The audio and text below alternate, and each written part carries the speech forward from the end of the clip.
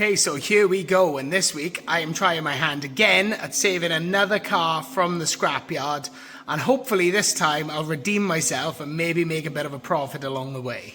Obviously, the last time I tried this, when I did the Lupo, I encountered a lot more problems than I anticipated, and I ended up losing a few £100 at the end of it. But this time, I think I got a much better starting point, and it's probably a much more saleable car. Obviously, it's not always about the profit. It is nice to make a bit of a profit, but sometimes you just need to save a car from the scrapyard. And after last week scrapping my Vivaro, which hurt me deeply, I feel like I needed a bit of redemption, and this thing needed a savior. So let me show you what I got.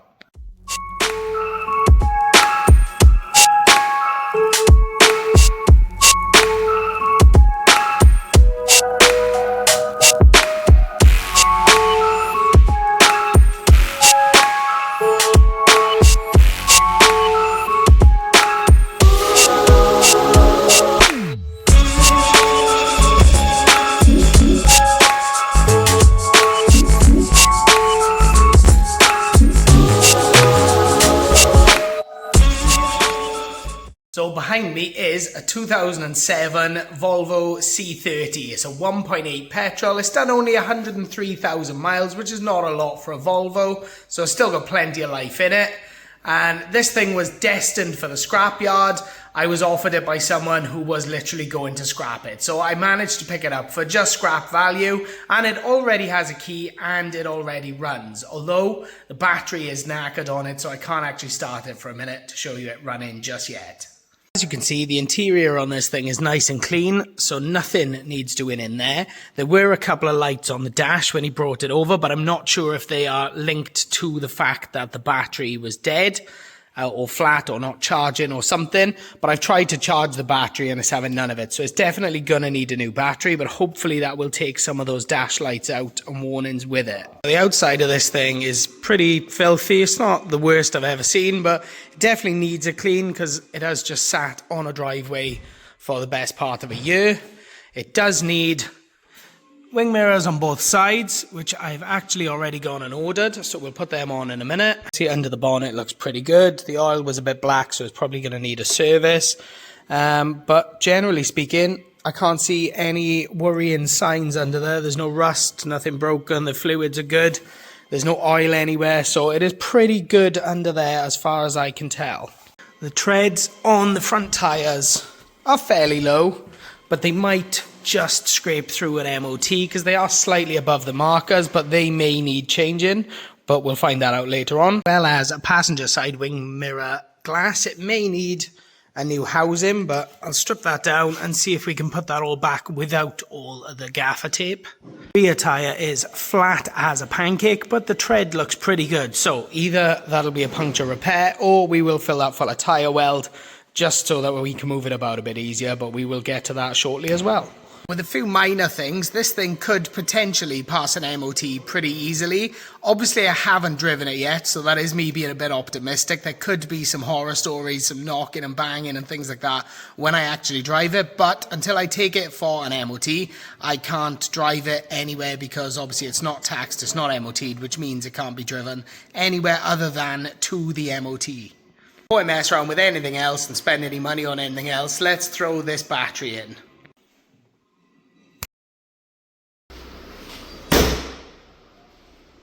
With that done, let's see if this thing starts again.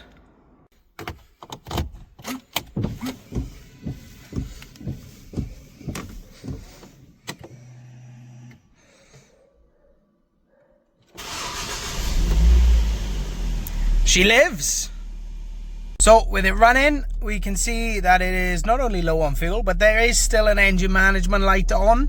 So I will need to get a code reader out and take a look at that. But before I do that, there is something I just want to check with the battery. What I do want to check is the alternator, because I've been told if a car's been sat for a long time, always check the alternator. It's no good having a new battery if it's not charging. So set that to 20 volts. Touch the positive and the negative. And that's reading over 14 volts. So then we know the battery is charging, the alternator is good. Car's running again, alternator's good, battery's good. Check that off. Let's tackle them wing mirrors while I wait for my friend to come down with a code reader.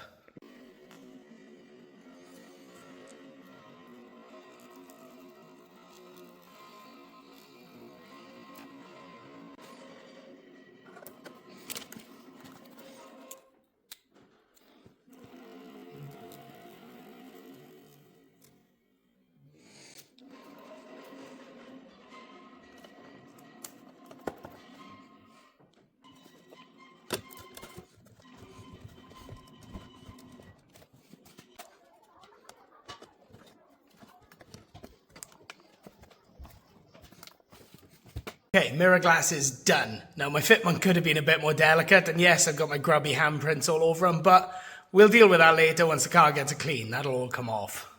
So while I'm on the mirrors, I may as well unwrap this monstrosity and see what's going on under here. Hopefully I don't have to replace it and I can just reset it all a bit better. But if there are broken clips and things, then we may just have to tape it for the time being.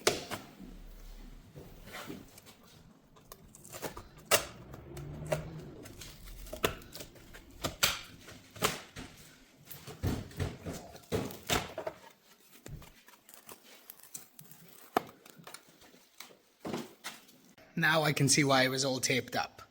All the trim clips are broken, and in fact, it looks like they've snapped a piece off because that just does not seem to fit.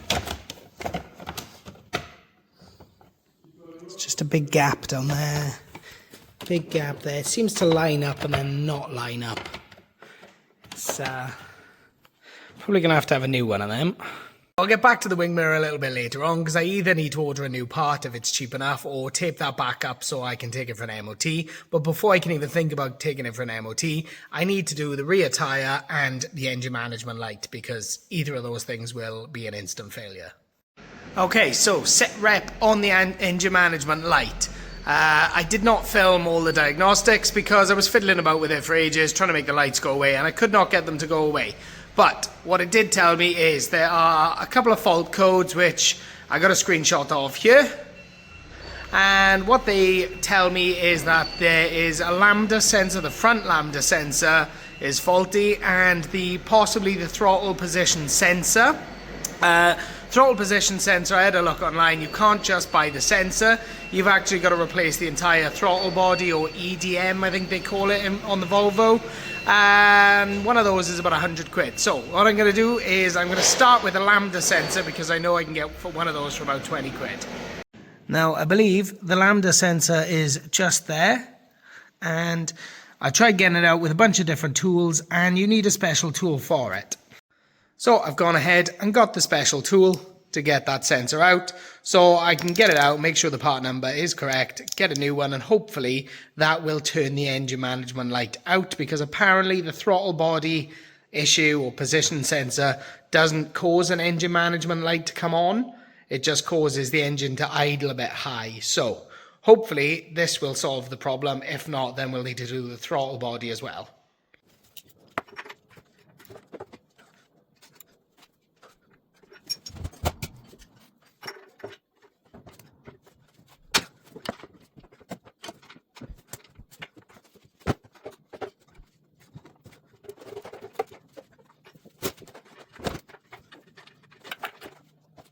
The new sensor in, I would love to see if the engine management light has gone out, but actually my battery is completely flat. My nice brand new battery, it's obviously been sat there a couple of weeks, so it's drained down. Tester, it's just gone off.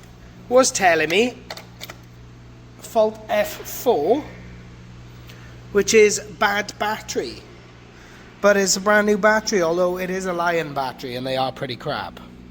Oh, I can test that thanks to my new battery tester that I've kindly been sent by Topdon. So it is the BT100. Looks a bit like this. So I connect that up to the battery, and that will be able to tell me whether or not the battery is actually any good or whether it is bad. It shouldn't be bad because it is a brand new battery, but I have got a couple of batteries here that I can test out. That charger has actually told me they're all bad batteries. So let's find out. For the battery tester, you simply hook it up to the positive and the negative, and then that will power on the battery tester. Battery test, regular battery, crank amps, so it's 480 crank amps, and then you just hit it, power too low.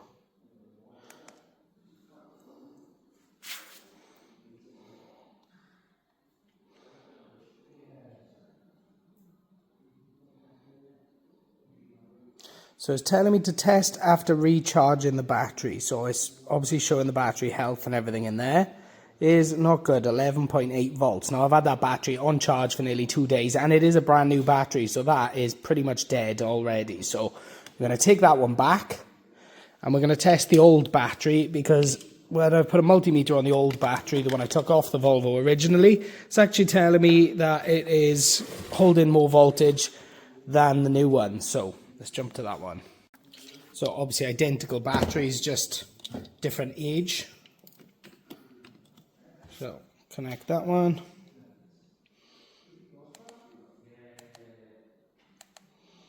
Crank amps, 480 crank amps.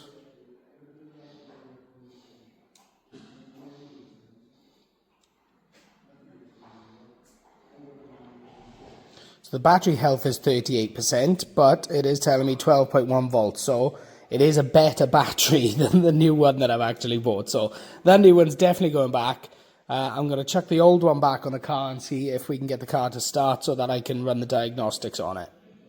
So, handy little tool this. Obviously it powers by just connecting it to the battery, and you can do lots of different tests on the battery. And you can actually, while the battery's on the car, you can actually test for cranking amps and things like that.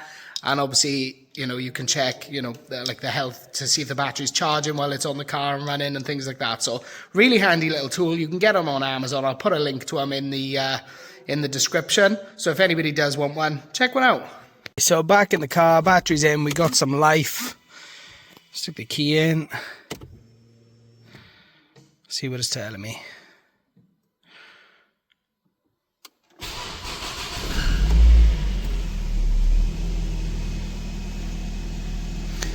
So the engine light has not gone away on its own, so we'll plug the dyno back in and see if we can get rid of that light.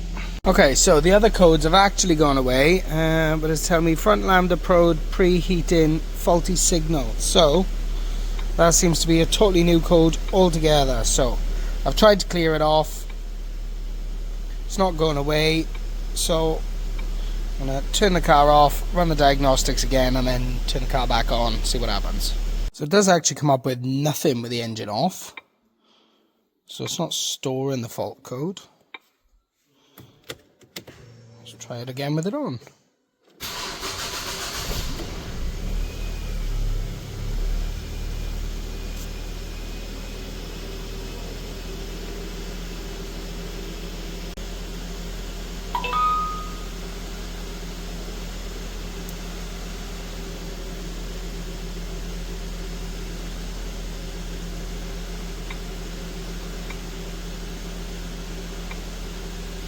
Okay, so bit stumped there. Changing the lambda sensor obviously has not got rid of the engine management light or the fault codes for the lambda sensor, but the fault codes for the throttle position sensor and the fact it was rough idling, those are now resolved by maybe changing the sensor, or I have no idea, but I guess half a job done. So I'm going to do something now that I can actually fix, because I've got the wing mirror cover over there, so I can put all that back together, and then I'll probably have to check the relays and things to see if we can work out why that engine management light is still on, because obviously I've changed the correct sensor, so unless it's the other one and I've got it wrong, I'm really not sure, but we'll jump into that in a bit. Okay, so back with the Volvo fault code, and a miracle has happened. I've used one of these cheapy OBD readers, and quite frankly they are worth their weight in gold, because if we look at the dashboard, the engine management light is now gone. All the fault codes are now gone. So if I sort out that rear tyre and the wing mirror, which because I ordered a cover, the one that I ordered was actually too big, we'll fix that, fix our tyre and get this thing for an MOT and see if it passes, and then have a look at getting it clean and sold. Okay, so passenger wing mirror cover sorted, rear tyre sorted, and obviously those engine management lights are out now. So this thing is off for an MOT. Okay, so a bit of a time warp here. The car has now passed its MOT. Well, its second MOT, because it actually failed the first MOT, same as 99% of the other vehicles that I have on this channel. So, although I sorted out the engine management light, the wing mirror, the tyre, everything I could see from the outside, when I was driving it to the MOT, I realised that it was getting a vibration for the wheels, which turned out to be both of the wheel bearings. So because the wheel bearings need pressing out and back in, the new ones, I don't actually have access to a bearing press, so it's not something I could do myself, so I had the garage do that. So we'll add that cost to the total of the car later on. It also needed a horn and a bulb, so they just did those for me while it was in having the bearings done as well. So other than a couple of advisories for the front tyres, this car is now roadworthy. It's got a 12-month MOT and there is literally nothing wrong with it. It is clean on the inside. Let's go get it clean on the outside.